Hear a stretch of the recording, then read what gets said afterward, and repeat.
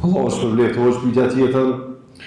I dërguari Allahut alayhi salatu wassalam ka thënë: kur do humbet amaneti prej të kiametit. Si e kuptoni ju humbjen e amanetit në kohën tonë? Allahu ju rujt.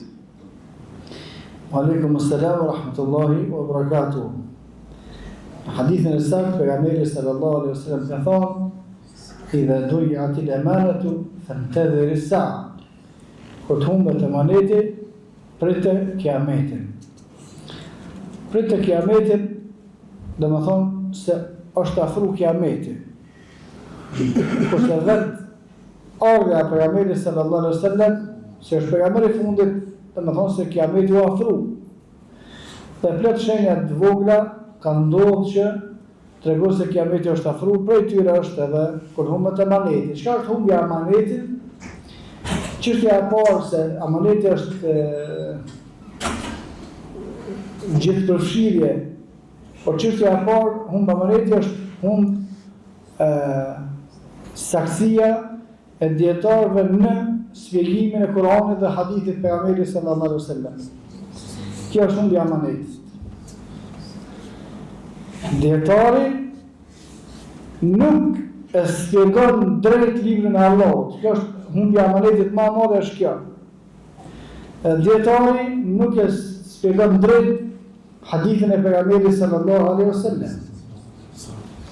Dhe kjo mbështetet në hadithin e pejgamberit sallallahu alaihi wasallam, e cili ka thonë: "Inna Allah la yanzul ilma intiza'."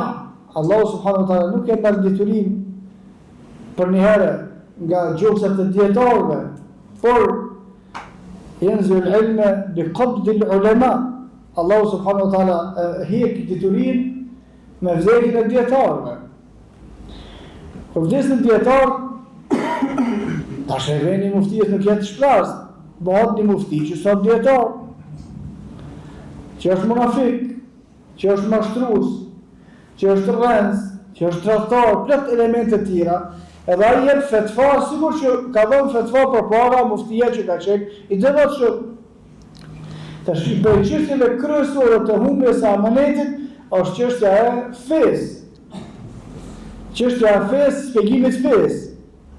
Inna aradna al-amana, thot Allah subhanahu wa taala, ne ja kemi qit, ja kemi parashtru amanetin, më thënë fen, qiejve edhe kodrave, se e bejna jahmilnaha, edhe kanë refuzu me barë, se s'kanë pas nga dëshmëri.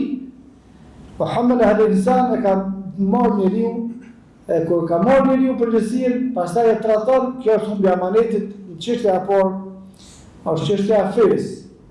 Pastaj është çështja e marrëveshjeve, kur mirësh vesh për diçka, edhe ai nuk i rrin çasaj që është mirë vesh, është humbja e amanetit.